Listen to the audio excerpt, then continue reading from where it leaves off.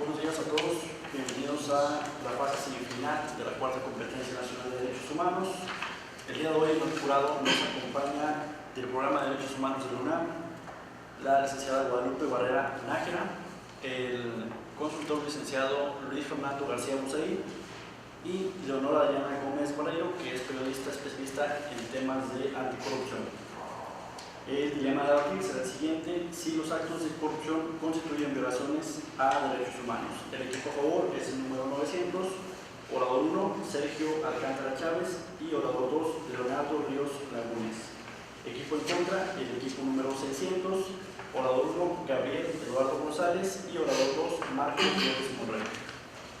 A continuación voy a leer las siguientes reglas básicas para el desempeño del debate. Cada equipo cuenta con 15 minutos en total para realizar su exposición y el tiempo correrá a partir del momento en el cual el orador se haga el uso de la voz. Se solicita a los oradores indicar el momento en que hayan concluido su exposición. Cada equipo podrá utilizar libremente su tiempo y deberá dividirlo obligatoriamente en 4 segmentos. La extensión de los segmentos puede ser decidida de manera libre por cada uno de los equipos. Cada uno de los dos oradores deberá obligatoriamente hacer uso de la voz en al menos 2 ocasiones y no hacerlo implicará penalizaciones en términos de puntuación. Al terminarse el tiempo, si el orador continúa hablando, será interrumpido. En los 3 primeros turnos de participación debe intervenir solo uno de los oradores y en el último turno pueden participar ambos miembros del equipo. Una vez concluido el tiempo para cada equipo para su exposición, los miembros del jurado formularán una pregunta al menos a cada orador. Cada equipo cuenta con hasta 5 minutos para responder estas preguntas. Existen 8 aspectos a calificar, que son 2 de forma y 6 de fondo, y los jueces deben otorgar una calificación a cada orador mínima de 10 puntos y una máxima de 100. Está prohibido leer los argumentos para los concursantes. La única manera de comunicación es de manera escrita y no puede contar con ningún aparato electrónico en la mesa. Solicito a los miembros del equipo del jurado y del público general que mantengan sus celulares en modo de vibración o de referencia apagados. De pronto, el jurado está listo para iniciar el debate. Los concursantes, para su primera intervención, cedo el uso de la voz al equipo a favor. Saludamos muy afectuosamente a los miembros del jurado calificador, a nuestros compañeros polemistas y al público que hoy nos acompaña. Con su permiso. El contexto en donde yacen las calamidades es precisamente el origen perfecto de la pugna de los derechos humanos. Ahí, y en ese sentido, es en donde encontramos un nexo causal entre la corrupción y la violación a derechos humanos. Pues en ese contexto de pugna precisa es lo que nos lleva a preguntarnos en este momento si los actos de corrupción constituyen violaciones a derechos humanos. Nuestra postura defiende el tema que sí constituyen violaciones a derechos humanos por una premisa básica. En primer momento, porque la corrupción es un abuso del poder y los derechos humanos limitan los abusos del poder. En segundo momento, tendremos que hablar del caso específico, como sucede con Vicente Isoila, que en esta tragedia histórica surge también el contexto en donde allá en Guadalajara, Vicente Isoila, indígenas de una comunidad rural, migran con el fin de obtener mejor calidad de vida. Se encuentran con el enlace que tienen acerca de la Cruzada Nacional contra el Hambre. La cruzada les permite, como un apoyo gubernamental, mandar a sus hijos a la escuela, tener mejor alimentación, llevar a sus hijos incluso para rentar un lugar digno de vivir. Después de esto, surge una inclemencia a través del Estado, una inclemencia creada, y es en ese momento en donde ellos dejan de percibir la ayuda, y ahí precisamente se da el caso de la estafa maestra, en donde las dependencias gubernamentales y universidades públicas confabulan a través del desvío de recursos, y esto provoca que el aparato gubernamental se va limitado para llevar específicamente el acceso de la alimentación, como señala el artículo 4 constitucional, a Vicente Isoila. En ese sentido se da la primera vulneración del derecho humano a la alimentación. Hoy, que nos atañe el tema de la constitución de la violación a derechos humanos y la corrupción, tenemos en primer momento, para abordar el tema de manera objetiva, distinguir 4 conceptos específicos. Número 1, habremos de distinguir qué significa acto. Y el acto, según el diccionario de la lengua española, significa el ejercicio de la posibilidad de hacer. En un segundo momento tendremos que definir qué significa corrupción. Y según Transparency International, significa el abuso del poder en beneficio personal. En tercer momento tendremos que distinguir qué significa constituir. Y según el diccionario de la lengua española, significa dotar a algo o a alguien de una nueva posición o una condición. Y en cuarto momento tendremos que distinguir la violación a derechos humanos, que se da precisamente a través de incumplir las 4 obligaciones básicas que tiene el Estado respecto de estos: proteger, respetar, promover y garantizar. Habremos de defender 2 tesis, a partir de la premisa, en donde específicamente se nos dice si los actos de corrupción constituyen violaciones a derechos humanos. Y toda vez que los actos per se hacen a través de momentos instantáneos, momentos específicos, constituyen porque otorgan una nueva condición a las personas en el caso concreto. Y número 2, habremos de abordar la siguiente tesis a partir de la generalización de la violación a derechos humanos de manera directa y de manera indirecta, y también la creación de estados de vulnerabilidad para que se dé la violación a derechos humanos. Habremos de tener una línea argumentativa, y los primeros argumentos que presentamos son que los actos de corrupción violan los derechos tanto civiles y políticos como también los de este. Los civiles y políticos, cuando el voto se obstruye, hay una obstrucción de la justicia eficiente. Y en el caso concreto, tenemos que ver el artículo 26 de la Convención Americana de los Derechos Humanos, en donde se vulnera el derecho a la alimentación como un bien que debe de ser supremo para que el ser humano pueda vivir. ¿Es cuánto? Tenemos el tiempo para su primera intervención. Cedo el uso de la voz al equipo en contra.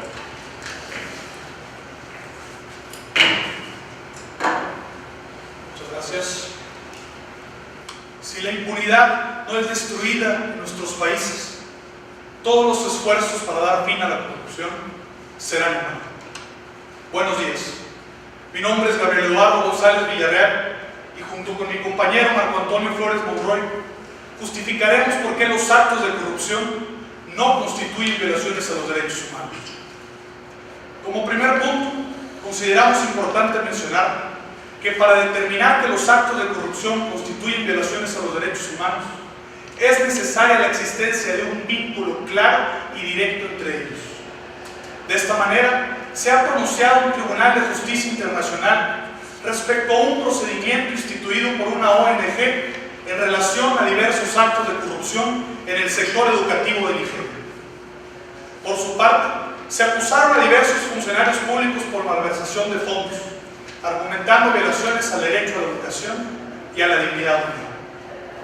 Bajo ese contexto, el tribunal estableció que malversar, robar o incluso administrar mal los fondos tendría un impacto no deseado en el sector educativo, toda vez que no se estarían destinando la misma cantidad de fondos a dicho sector. Sin embargo, el tribunal estableció que no se actualizó una transgresión a los derechos humanos, toda vez que no se estaba negando el acceso a la educación. Es decir, que dichos actos no generarían un impedimento de poder acceder a los derechos fundamentales. Por otro lado, hoy en día tenemos muchas definiciones de lo que es corrupción. No obstante, consideramos elemental hacer hincapié en ciertos puntos esenciales. La existencia de una relación bilateral ejecutada por el hombre en busca de un beneficio propio y la existencia de una conducta ilícita, antijurídica y abusiva. En ese sentido, hay que hacer hincapié en que la corrupción se ha identificado como una conducta ilícita. Sin embargo, no se ha podido determinar como un delito. Es decir, la corrupción se desglosa y se transforma en distintos comportamientos, como lo es el peculado, el enriquecimiento ilícito, el abuso de funciones, entre otros no menos importantes. Todas estas conductas se encuentran reguladas en la legislación penal de cada estado. De igual forma, cuando hablamos de corrupción en materia de derecho internacional, los instrumentos, como lo es la Convención de las Naciones Unidas contra la Corrupción, no necesariamente se enfocan en determinar si los actos de corrupción constituyen violaciones a derechos humanos, sino busca prevenir, penalizar y desde un enfoque punitivo combatir el combate a la corrupción. Incluso expertos han determinado que los derechos humanos pueden entorpecer el combate a la corrupción, toda vez que al momento en que los responsables están siendo investigados, hacen uso de estos mismos. Ahora bien, hoy en día hemos visto un avance muy significativo cuando hablamos de derechos humanos, tanto a nivel nacional como a nivel internacional. La materia se ha prestado a interpretación en distintas ramas del derecho. Sin embargo, consideramos que debe existir un límite, pues cada materia tiene su fundamentación y motivación. Por otro lado, cuando nos remitimos al caso en concreto, la estafa maestra y la situación de la familia Manrique, es evidente que los hechos generan un impacto negativo en el aspecto socioeconómico del país. Sin embargo, no podemos determinar que existe un vínculo claro y directo en los hechos y los derechos controvertidos, toda vez que no se les está negando el acceso a la alimentación, motivo por el cual no podemos determinar que existe una transgresión. Expuesto lo anterior, se resume lo siguiente. Los actos de corrupción no generan violaciones a los derechos humanos por no tener instrumento internacional alguno que determine que los actos de corrupción generan violaciones a los derechos humanos. Al contrario, tenemos instrumentos en materia internacional que fomentan el enfoque punitivo. Por ser un asunto de derecho penal doméstico y por último, por la inexistencia de un vínculo claro y directo entre los actos de corrupción y las transgresiones a los derechos humanos. Es cuanto. Le damos el tiempo. Para su segunda intervención, se dan los soldados al equipo a favor. No, sí existe un vínculo directo y sí existe un nexo causal, de acuerdo a lo que dice la Comisión Interamericana de Derechos Humanos, precisamente en su resolución 1-18, en donde nos habla que la corrupción precisamente socava el Estado de Derecho, socava la gobernabilidad de las instituciones, y esto se traduce a través de disminuir y desconcretar lo que significa la democracia en un Estado de Derecho. De acuerdo a la Comisión Interamericana que se ha pronunciado en esa resolución, sí existe un nexo causal. Tenemos que decir también, ellos han señalado que respecto de la conducta ilícita, tenemos que decir que la conducta ilícita, dado que ellos nos dan otra premisa que está penalizada al vez del desglose de la corrupción como sobornos, malversación, peculado, y está penalizado, entonces es una conducta ilícita y es un delito penalizado. Nos hablan acerca de un efecto negativo que tiene la corrupción a través de esta cuestión de que dicen ellos que hay un efecto negativo directo o indirecto, como ellos han planteado. Aquí tenemos que ver que los actos de corrupción vulneran los derechos humanos principalmente porque tenemos que prever dos cuestiones básicas. La violación de derechos humanos se da de manera directa y de manera indirecta, y se crean ambientes que propician la vulnerabilidad. Al haber un desvío de recursos de más de 7,000 millones de pesos, donde el aparato gubernamental tiene el deber de garantizar, como lo dicen los derechos económicos, sociales y culturales, ellos no lo están haciendo de esa manera, porque en tanto ellos incumplen sus obligaciones, al no garantizar y al no respetar, incluso ellos socavan el Estado de Derecho y socavan la estabilidad de esas personas. El Estado arremete en contra de la cuestión del ambiente y vulnera los derechos humanos de Zoila y Vicente.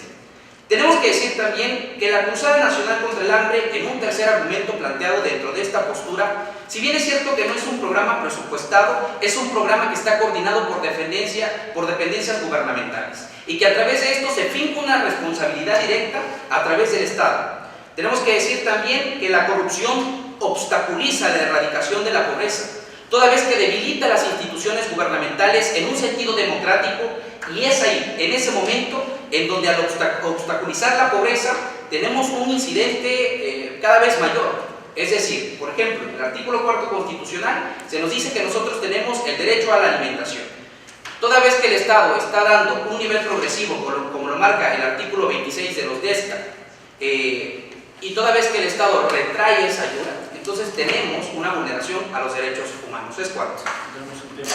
Para su intervención, se lo damos al equipo en contra. Muchas gracias. La parte contraria ha señalado la resolución 2001 del 2018 de la Comisión Interamericana de Derechos Humanos. Es importante hacer una precisión, compañero. En ninguna parte de dicha resolución se establece un vínculo claro y directo. Y como usted lo ha dicho, se socava. Pero el hecho de socavar no implica una violación directa de los derechos humanos. Y para ello tenemos que traer a la mesa de este debate los diferentes instrumentos internacionales, inclusive un instrumento internacional de la propia Corte Interamericana de Derechos Humanos, es la Convención Interamericana en contra de la corrupción. Haciendo un análisis de esta Convención Interamericana en contra de la corrupción, compañero, en ningún momento de toda la convención sale la palabra derechos humanos. Sin embargo, lo que sí se menciona es que debe de existir todas las posibilidades de que los estados combatan la corrupción a través de los distintos ordenamientos penales, tanto a nivel nacional como a nivel internacional. Y esto, hay que hacer énfasis, es el enfoque internacional, es el consenso internacional. La propia Convención de las Naciones Unidas en contra de la corrupción, del que México es signatario, solo señala la palabra derechos humanos una sola vez en todo el texto, y no es para establecer un vínculo directo por el cual se puedan afirmar que se socavan derechos humanos. Sí, nosotros hablamos precisamente que la corrupción se traduce en ilícitos, pero si ustedes tienen tan claro que hay un vínculo por el cual se violentaron derechos humanos, ¿por qué no nos dicen cuál es el tipo penal en el que se incurrió? ¿Por qué no nos dicen cuáles fueron los servicios en concreto que se dejaron de prestar? ¿Por qué no nos dicen también cuántas personas se les afectó?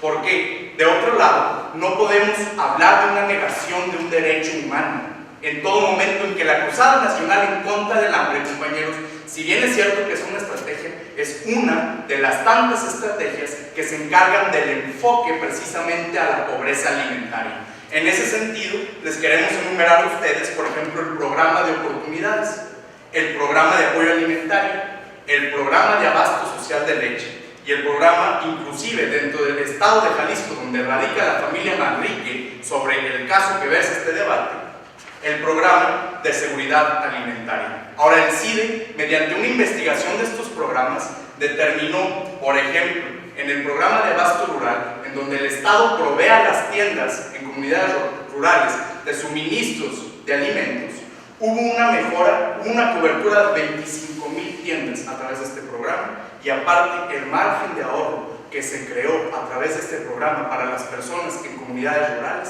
fue hasta un 20% de sus ingresos. De tal manera que no podemos hablar de una negación de los derechos humanos de la familia Manrique. Es cuanto. Tenemos el tiempo para esta tercera intervención. Cedo uso de la voz al equipo a favor. La postura contraria expresó en su primera intervención que los derechos humanos funcionan como una barrera para llevar a cabo la justicia, lo cual es a todas luces falso, ya que los derechos humanos son una de las piedras fundamentales de la democracia moderna. Si tomamos a los derechos humanos como una solapa para la injusticia, estamos pensando en otra cosa, no en derechos humanos. De igual manera, exponen que en la resolución 1/18 de la Comisión Interamericana de Derechos Humanos no se establece un nexo causal. Esto, compañeros, es falso, y es falso a la luz de la extensa jurisprudencia que tiene la Corte Interamericana. ¿Por qué? Porque dentro de la jurisprudencia de dicha Corte se nos menciona que la responsabilidad internacional de un Estado se puede dar de manera directa o indirecta. Y toda vez que un Estado crea un ambiente en el cual se puede dar la vulneración de derechos humanos, estamos frente a una responsabilidad bajo la teoría del riesgo creado. Es decir, las acciones que el Estado ha tomado han desembocado en la vulneración de derechos. Y podemos mencionar, por ejemplo, el caso Octavio Murillo versus Costa Rica, en el cual el Estado no únicamente dejó de proveer un servicio a la comunidad, sino que también prohibió la práctica de la fecundación in vitro, y por tanto se están vulnerando derechos humanos. De igual manera, ustedes mencionan que en el caso concreto no existe una vulneración directa de los derechos humanos, y eso, compañeros, también es falso. Y les voy a decir por qué. Si bien es cierto que en el sistema interamericano la justiciabilidad de los derechos económicos, sociales y culturales es limitada, la verdad es que no es limitada la protección que extiende la Convención Interamericana, la Convención Americana, en el artículo 26, relativo a la progresividad de estos derechos. Es decir, una vez que el Estado ha alcanzado un hito en los derechos que provee a su población, no puede dar un paso regresivo sin una justificación bastante bien fundamentada. Y me parece, compañeros, que un acto de corrupción, un desvío de recursos, no es un motivo suficiente para negarle a las personas un derecho el cual habían conquistado. Es cuanto. Tenemos el tiempo para su tercera intervención. Cedo el uso de la voz al equipo en contra. Gracias.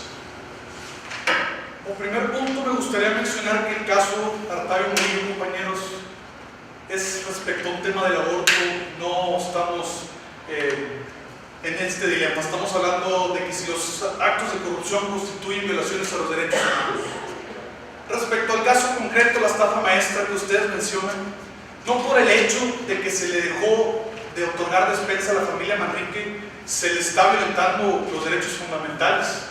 El Estado cumple hasta cierto punto con los programas sociales y cumple desde la perspectiva en que no le niega los derechos. Incluso, como bien se mencionó, hay otros programas sociales que esas personas pueden acceder a ellos para poder garantizar esos derechos. Y como bien se demostró, y como contrario a lo que manifiesta la parte contraria, estamos ante la presencia de un asunto de derecho penal doméstico, y por ende esto debe ser tratado como delitos puros y simples. Tan es así que la parte contraria ha omitido estimar cuál es el tipo penal al caso concreto. ¿Cómo determinar que dichos hechos generan violaciones a los derechos humanos si ni siquiera se analiza el cuerpo del delito? Estimar lo contrario generaría incertidumbre jurídica, toda vez que todas las controversias relacionadas con malversación de fondos, abuso de funciones y en general hechos de corrupción se verían en la necesidad de ser interpretadas a raíz de lo que establecen los derechos humanos. Para fortalecer dicho argumento, hay que tomar en consideración la sentencia que se ha estado mencionando en el desarrollo de este debate, emitida en el año 2010 por el Tribunal de Justicia de la Comunidad Económica de los Estados de África Occidental. Dicho tribunal señaló que la corrupción únicamente perjudica el ámbito económico del país, ya que se encuentra ante la presencia de un caso en materia penal. De igual forma, estableció que no es posible determinar la existencia de un vínculo claro y directo, toda vez que no se les está negando el acceso a los derechos humanos. En conclusión, no estamos negando que los actos de corrupción generan un impacto negativo. Lo que sí estamos alegando es que debemos establecer un límite cuando interpretamos a raíz de los derechos humanos, o de por vida poder establecer en todos los casos un vínculo claro y directo, porque de otra manera no podemos afirmar que los actos de corrupción generan violaciones a los derechos humanos. Es cuanto. Tenemos el tiempo para su cuarta y última intervención. Cedo el uso de la voz al equipo APO. Muchas gracias. Esta postura toma como conclusión una premisa constitucional. El artículo 4 de nuestra Constitución establece que todo mexicano tiene derecho a una alimentación la cual lo provea de los suficientes nutrimentos para llevar a cabo sus actividades normales. Es entonces cuando vemos que este derecho, al no ser garantizado de la manera correcta en el caso concreto, concatenado al principio de progresividad, nos encontramos ante una violación a los derechos humanos de la familia en nuestro caso concreto. Si bien es cierto que la corrupción es atendido mayormente como un problema de carácter penal, lo cierto es que los bienes jurídicos tutelados por el Estado y los derechos humanos no pueden entenderse de manera separada.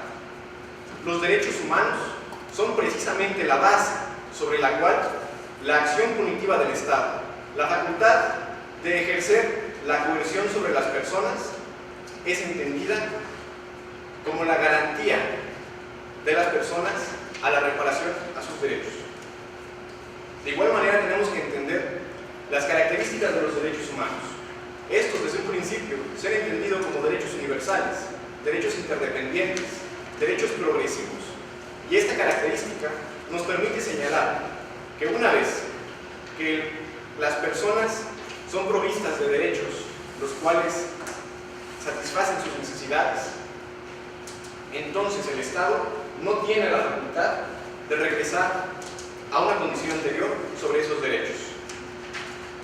De igual manera, habríamos de señalar que la corrupción sí genera un impacto en la vida tanto democrática como social de todo país, puesto que una vez que los ciudadanos pierden la confianza en las instituciones, se ve socavado todo el Estado de Derecho. Toda vez que una persona titubee para ir a una fiscalía a denunciar una violación, tal vez no es su derecho humano todavía, pero si un menoscabo a su persona, entonces estamos ante un estado en el cual los derechos humanos difícilmente podrán florecer. De igual manera, en la cuestión de los derechos económicos, sociales y culturales, el Estado tiene la obligación principal, más no única, de garantizar. ¿Y qué entendemos por garantizar? El Estado tiene que mover todo el aparato gubernamental para entonces dar los servicios y las condiciones necesarias para la subsistencia de toda persona. Cedo el uso de la voz a mi compañero Sergio Alcántara Chávez. Nuestros compañeros nos dicen que el Estado está cumpliendo con sus obligaciones. Sin embargo, tenemos que hacernos una pregunta si con el desvío de recursos precisamente cumple con sus obligaciones. Ellos dicen que no se les niega el derecho a la alimentación, pero precisamente no de derecho, pero sí de hecho, se les está negando. ¿Y por qué se les niega? Precisamente porque recrudece el ambiente de vulnerabilidad de los derechos humanos con el desvío de recursos. Se están recrudeciendo. No les están negando a nivel estructural dentro de las leyes, pero de hecho se les está negando con las acciones que el Estado está haciendo que se recrudezca el ambiente de vulnerabilidad de los derechos humanos a través del desvío de recursos. Tenemos una premisa a través de la tesis que vamos a defender, y es que si los actos de corrupción constituyen, y hemos dicho que la palabra constituir significa dotar a alguien de una nueva ocupación, de un nuevo ambiente, y entonces toda vez que los actos de corrupción a través del tipo penal de la malversación de fondos en consecuencia vulneran los derechos humanos y los están violentando en el caso concreto. Tenemos que decir también que la práctica reiterada de la corrupción tiende a ser sistemática y a crear un círculo vicioso. Es por ello que los derechos humanos tienen que servir siempre como ese límite del abuso del poder, para que a efecto de ellos la corrupción no sea un mal congénito que degenere a la sociedad como lo ha venido haciendo, degenere la democracia y socave el Estado de Derecho. Tenemos que decir también que la legitimidad del poder del Estado se da a través de proteger los intereses de las minorías y también de las mayorías. Y el derecho fundamental que exige la protección a la salud, a la alimentación, surge a través también de que el Estado se legitime por sí mismo, porque consecuentemente no lo ha podido hacer en estas cuestiones del caso concreto precisamente. Y por último punto, queremos aclarar que durante esta línea argumentativa nosotros hemos dejado en claro que los actos de corrupción sí constituyen, como nos dice la premisa de este debate, violaciones a derechos humanos. Los compañeros no han logrado refutar con argumentos precisos, eficaces y eficientes por qué entonces no se da la constitución del derecho humano cuando a todas luces es así. Es cuando. Para su cuarta y última intervención, se anuncia la voz al equipo en contra. Muchas gracias. Durante todas estas intervenciones, la parte contraria no pudo mencionar un solo tratado internacional que establezca que existe una violación a los derechos humanos a través de los hechos de corrupción.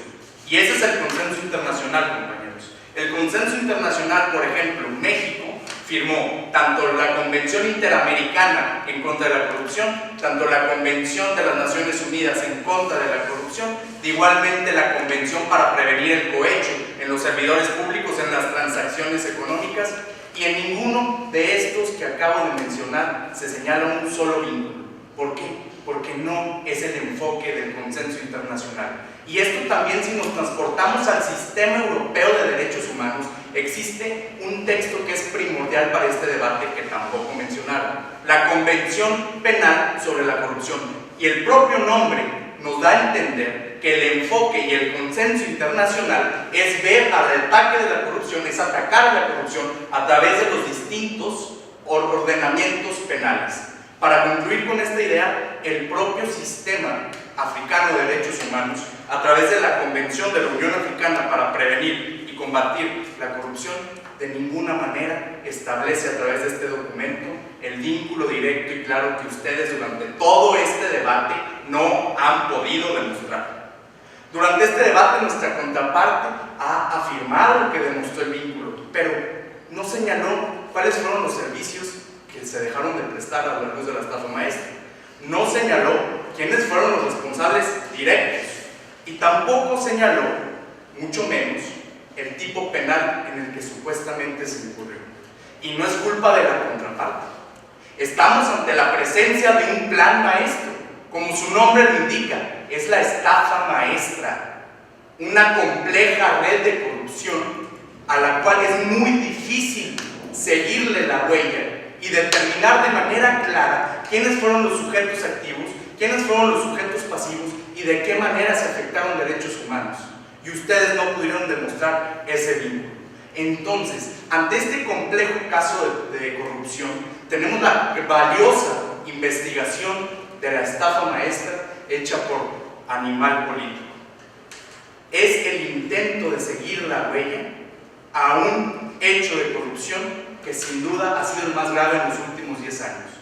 Pero la necesidad de atacar a la corrupción y de terminar con ella en el consenso internacional del derecho debe de ser siempre a través de los derechos humanos.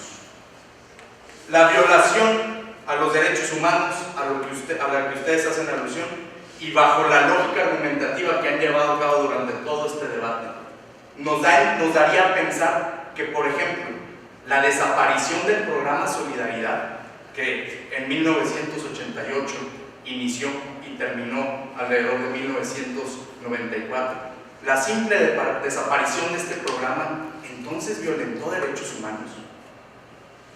La respuesta es claramente no. Y una pregunta que tiene que constar en este debate: si realmente hay un vínculo por el cual se pueda establecer que los hechos de corrupción violentaron derechos humanos, ¿cuál es el organismo de derechos humanos actual investigando precisamente la estafa maestra? Y la respuesta es: no hay un solo organismo de derechos humanos investigando la estafa maestra. Por lo anterior, afirmamos que no hay un vínculo por el que se pueda afirmar que los hechos de corrupción violentan derechos humanos. Los delitos se tienen que medir de acuerdo al daño infligido en la sociedad. Castiguemos a los servidores públicos corruptos a través de los instrumentos penales a nivel nacional y a nivel internacional. Es cuanto. Se tiene tiempo.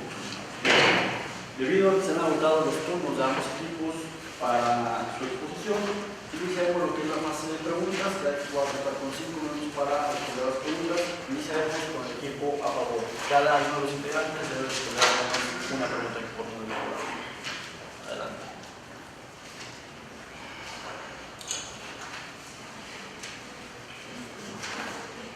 Hola, pues gracias por ilustrarnos este problema y ofrecernos sus distintas visiones.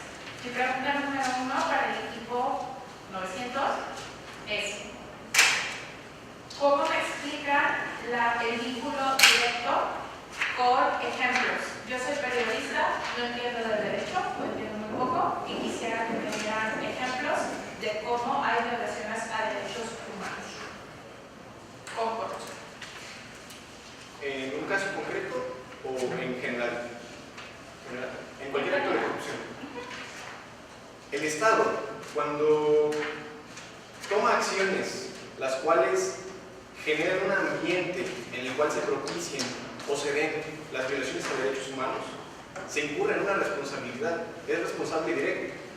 Podríamos mencionar, por ejemplo, en México tuvimos el caso muy conocido, Campo Algodonero, en el cual la desaparición de las mujeres de Juárez no fue hecha por agentes del Estado, no fue, ni siquiera por personas bajo su aquiescencia.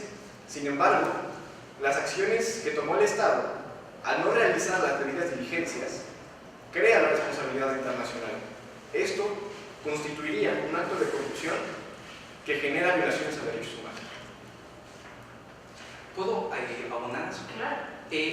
Nos dice usted que usted es periodista y que no sabe de derechos humanos. Bueno, yo quisiera contestar esa pregunta, y no tan solo tomando el ejemplo del periodismo, ¿no? Sino de un niño, de una persona normal. Ella es Melissa, él es Javier Duarte y yo soy Hernández Zurita de Veracruz. Ella tiene beneficios a través de un programa gubernamental, en donde pues le llega una beca, ¿sí? Porque ella es una deportista, una olímpica, destacada, pero es pobre. Entonces, aquí mi señor gobernador y aquí su secretario de Desarrollo Social, ¿no? y el del Instituto del Deporte, pues concatenamos, ¿no? Vamos a dar tanto de presupuesto para que le llegue la beca a Melissa y pueda seguir yendo a la escuela y compitiendo y reconociendo a Veracruz en los marcos internacionales.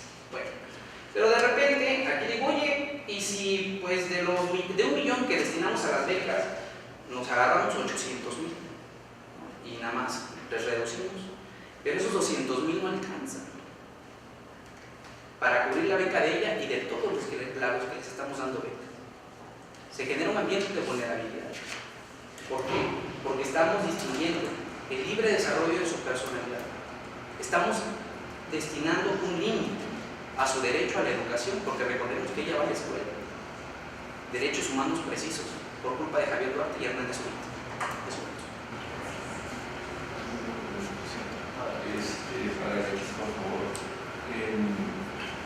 ustedes argumentaron que sí existe la cuestión a favor de una conexión directa entre la corrupción y una violación cultural de los derechos humanos. Ahorita lo ejemplificaron en el caso de la mujer deportista. Más sin embargo, la contraparte argumentó de una manera extensa, ¿no?, de que no hay jurisprudencia que avale esa conexión, sobre todo jurisprudencia nacional e internacional. ¿Podrían ustedes precisar ese punto, por favor? Sí, precisamente. El tema de la corrupción, analizado desde el punto internacional de los derechos humanos, es bastante joven como tal. La Corte Interamericana, por tomar un ejemplo, ha evolucionado en sus criterios jurisprudenciales de una manera increíble a través de los años.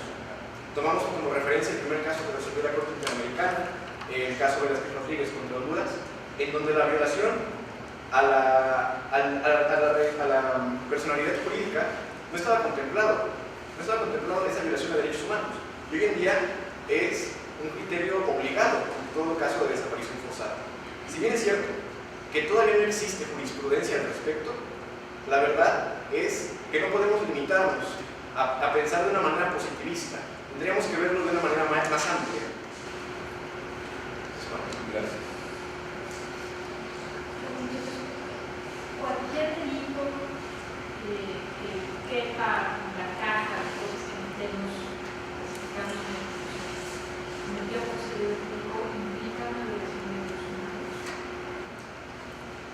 Tendríamos que ser muy precisos en el caso concreto. No podemos tampoco generalizar, no podemos decir que todo acto de corrupción podría generar directamente violaciones a derechos humanos. La premisa que nosotros manejamos es la responsabilidad por las omisiones del Estado. Eso sería. Y sobre todo la creación del ambiente de vulnerabilidad. Es decir, nos pregunta usted si todos los actos, no, pues me había dejado claro que de manera generalizada no podemos hacerlo, porque en el sentido del derecho también tenemos que ver los ambientes y los contextos de las personas y cómo fue inmiscuido esta cuestión de la violación de derechos humanos en el caso de que haya. Perdón, usted cuando terminó ahora dijo que ustedes están yendo por la vía de las omisiones del Estado. Así es. ¿Cuáles son? Las omisiones del Estado, por ejemplo, como mencionamos, en el caso de Campo Algodonero, el Estado se hizo acreedor a una responsabilidad internacional por no realizar debidas diligencias. Podríamos ver otro ejemplo en el caso que nos atañe, el hecho de que se dejara de proveer esa ayuda a la familia constituye una omisión del Estado, la cual viola derechos humanos. Y constituye también la parte de esta generación de la que habla mi compañero, también recrudece, porque en el caso concreto la gente estaba totalmente de acuerdo, las instituciones públicas gubernamentales estaban inmiscuidas con las universidades públicas. En el caso concreto hay un conocimiento, no tan solo una omisión, sino también recrudece la violación a derechos humanos por la creación del ambiente de vulnerabilidad. Quedan 13 segundos en el reloj, pero si gustan hacer una pregunta, pueden hacerlo. Si el equipo a favor se pasa del cero, el tiempo que tardan en contestar se va a reparar el equipo en contra. Si en este caso el Estado investigará con vigor el evento, eso satisfaría la demanda de la persecución. Si el Estado, en este caso el Estado maestra, investiga con vigor los eventos, eso satisfaría las demandas de las reglas de los humanos. Así es. No se violaría los derechos humanos. Si se llevara a cabo una investigación sumamente estricta al respecto, la cual desgraciadamente no se ha llevado, entonces el Estado garantizaría derechos humanos, porque el sistema internacional de protección de derechos humanos se basa en los medios, no en los resultados. Y que no viole el principio de progresividad, es decir, en el sentido de que se investigue, pero que también no viole ese principio de retraer la ayuda que ya se les estaba dando a las personas en el caso concreto. ¿Alguna otra pregunta? Para el equipo, por favor. Procedemos al equipo contra.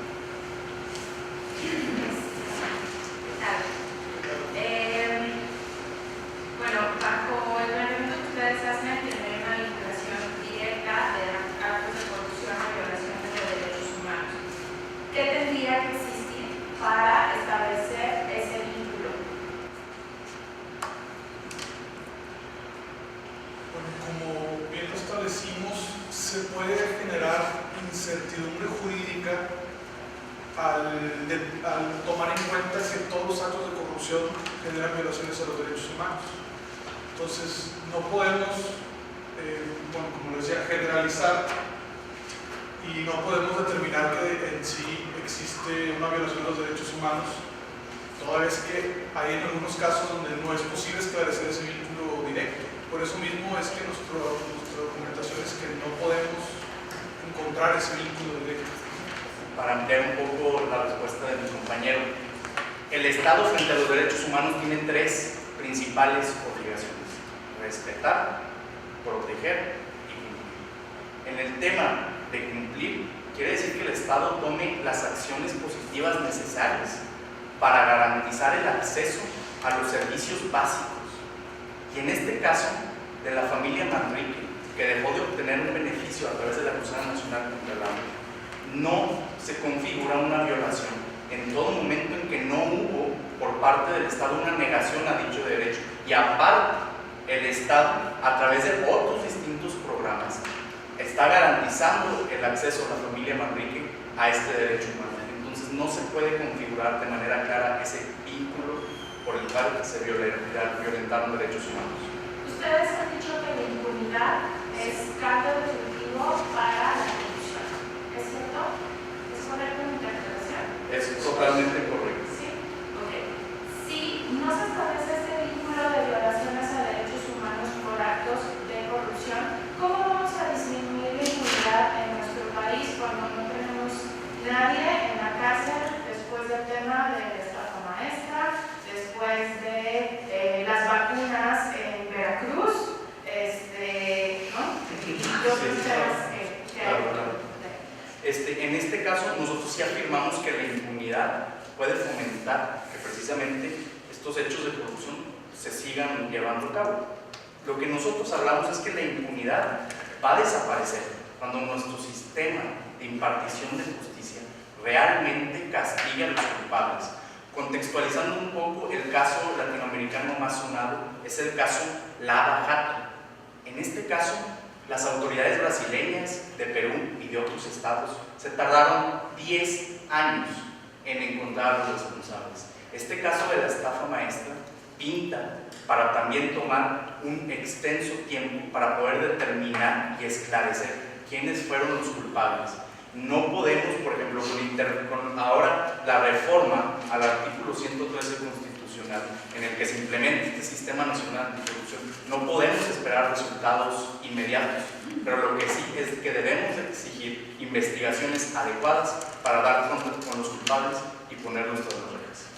Nada más para complementar tantito, si nuestro sistema penal no es eficiente, agregarle la interpretación a raíz de los derechos humanos a los delitos, o en especial a los actos de corrupción, puede entorpecer un poquito más este procedimiento, entonces se podría ver un poquito peor todo eso. Ante este escenario no estamos ante la necesidad de construir nuevos caminos en el derecho acordes a las problemáticas que vivimos. Sí, Claro que sí. El consenso internacional desde el 96 en que se firma la Convención Interamericana contra la Corrupción y todos los demás documentos hasta llegar al 2003 con la Convención de las Naciones Unidas en contra de la Corrupción, todo el cuerpo normativo de estos textos refiere a un código penal, tiene las bases de un código penal en el que se establece a través de este consenso internacional la manera en la que se debe de, primero, tomar medidas preventivas y segundo, considerar estos delitos y aparte, la manera en la que se deben de investigar a nivel nacional e internacional para dar con los culpables. Entonces nosotros creemos que este consenso es importante para establecer nuevas rutas mediante los instrumentos penales. Sí, una pregunta muy rápida. Me sorprende escuchar, y no entiendo por qué, ¿no? En el caso tuyo, en particular Gabriel Eduardo, cuando dices que integrar la variable de los derechos humanos entorpecería el proceso judicial o penal, ¿no? Me sorprende que lo digas porque la corriente global es una apuesta irreductible a fortalecer los derechos humanos en todas las esferas de la vida cotidiana. Y hay una corriente de derecho que está representada en este caso por ellos, ¿no? Garantista, que va en esa dirección. Es decir, lo que tú estás diciendo en palabras más llanas es que el decir, el sentir y el pensar de la gente, sobre todo la más vulnerable de la sociedad, nunca va a poder aspirar en una sociedad desigual y en un sistema de justicia también establecido a partir del más poderoso, ¿no?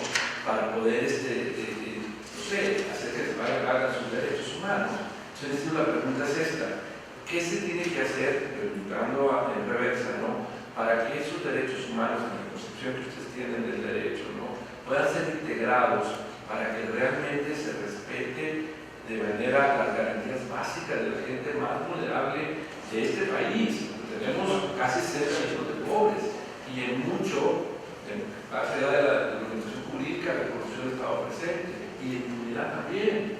Entonces, te pregunto, Eduardo, y también a Marco, ¿no? ¿Qué tienen que decir al respecto a ambos? Bueno, sí, lo que nosotros nos referimos con este tema de verlo a través de los derechos humanos, sin duda es innegable que los derechos humanos existen y que tenemos que respetarlos siempre y están dentro de todos los procedimientos y también limitan el actuar del poder. Pero si nosotros nos basáramos en esclarecer los hechos o más bien responsabilizáramos a los servidores públicos a través de violaciones a los derechos humanos por ser complejas redes de corrupción, podemos caer en cuenta en que es casi imposible establecer ese vínculo, si no es que imposible. Entonces, ¿qué tenemos que hacer al respecto? A través del derecho penal, a través precisamente de regular nuestras normas y a través de un sistema de investigación adecuado, poder esclarecer los hechos, siempre en la vía del derecho penal, para castigar, sin duda alguna, a los servidores públicos corruptos. A ver, yo tengo, son como 3 preguntas. La primera es el nexo del que ustedes hablan. Han hablado de la inexistencia del nexo. Sí. ¿Es un nexo de derecho o es un nexo de hecho que están buscando? Nosotros estamos buscando, sin duda alguna, la manera de ligarlo tanto en los hechos como en el derecho. Y encontramos la imposibilidad de hacerlo precisamente por esta compleja red. Como se vio en este debate, no se pudo mencionar cuáles fueron los servicios en concreto que se dejaron de recibir. No se pudo mencionar quiénes fueron los servidores públicos responsables y no encontramos ni jurídicamente ni en los hechos ese vínculo. Ahora, lo mismo, Quedan 8 segundos en el reloj.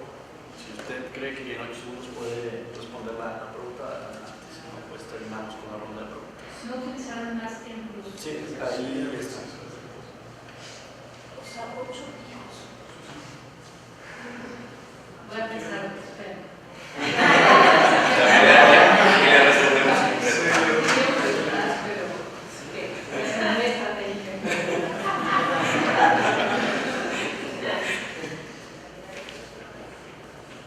Díganme ejemplos de delitos que también son violaciones de derechos humanos. Uno. El homicidio. El homicidio, desde la perspectiva de donde se Se presenta. ha terminado el tiempo. Bueno, declaro concluida ambas fases del debate, tanto de exposición como de preguntas. Solicito a los concursantes y al público general a abandonar la sala para que queden integrados.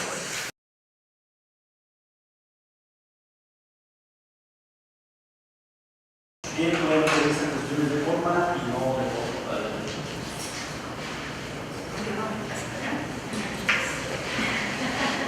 Bueno, yo empiezo.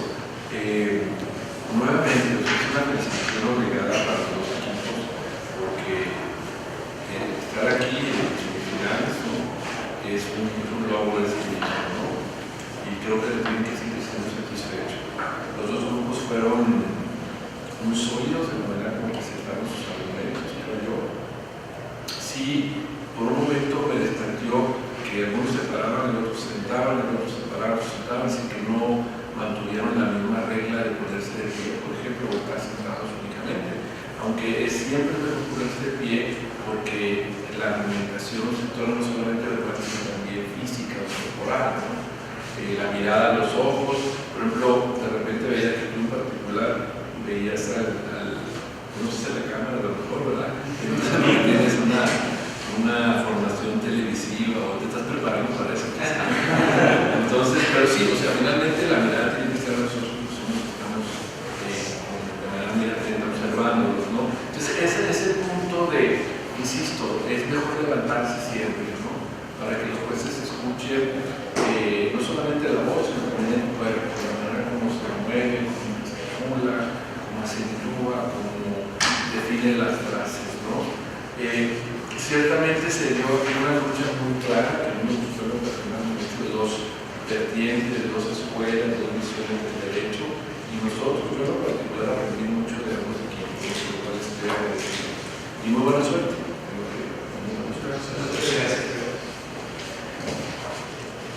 Muchachos, yo aprecio muchísimo la precisión con la que plantean sus posiciones.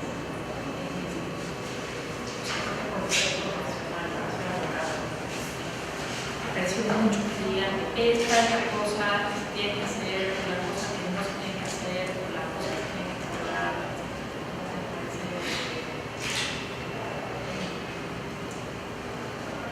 Es una manera muy eficaz de comunicar su argumento. Yo creo que este asunto es muy valioso. Luego, o sea, vale la pena verlo de más de un año, que estén definiendo una posición. No sé si se dieron cuenta, pero hubo un momento en donde los dos eran lo mismo. Vale la pena, creo que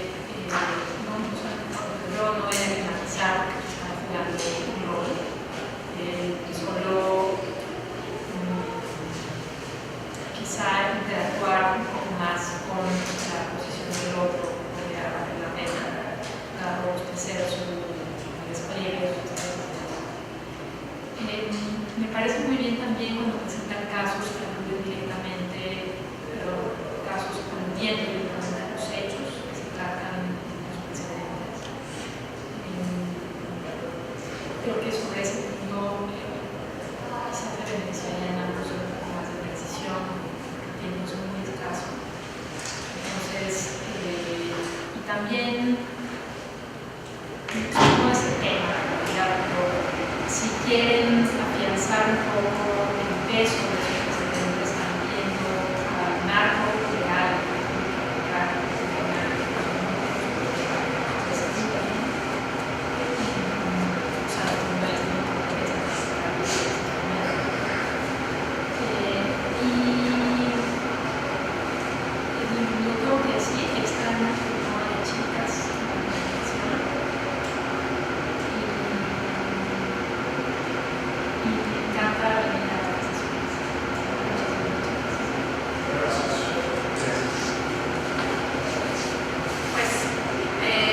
felicidades a todos los que están participando en esto, porque finalmente estos temas no son los temas de los cuales normalmente hablan los jóvenes, quisiéramos que existieran más jóvenes así, que debatan y hablen de estos temas.